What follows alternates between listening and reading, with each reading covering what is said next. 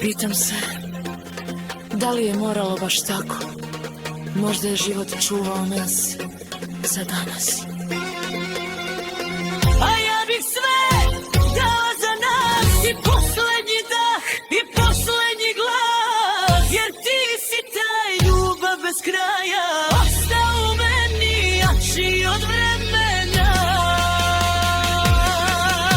I neka sve polako nestane, ti si zauvek moj poslednji dom, jer neke ljubavi ne umiru nikada, one ostanu negde u nama, čak i kad ih više nema.